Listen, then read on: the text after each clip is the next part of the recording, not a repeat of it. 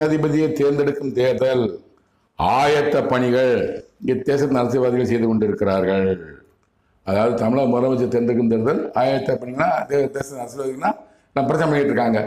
நான்முனை போட்டி, எடப்பாடி பழனிசாமி முதலமைச்சராக ஒரு கூட்டணி, முக ஸ்டாலின் முதலமைச்சராக ஒரு கூட்டணி, நடிகர் சீமான் முதலமைச்சருங்கிற ஒரு கட்சி, அவங்க கட்சி, விஜய் முதலமைச்சருங்கிற தாவிக கட்சி, இவங்கெல்லாம் தனியாக போட்டி போடுறாங்க. நாடு முதலமைச்சருக்கு போட்டி போடுறாங்க.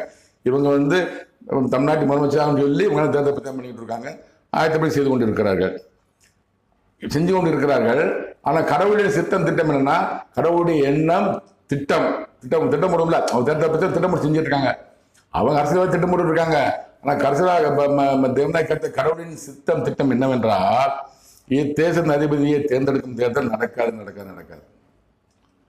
அவங்க தமிழக முதலமைச்சர் ஆகணும்னு சொல்லி தேர்தல் பிரச்சாரம் பண்ணிட்டு இருக்காங்க அரசியல்வாதிகள். ஆனால் கடவுளுடைய சித்தம்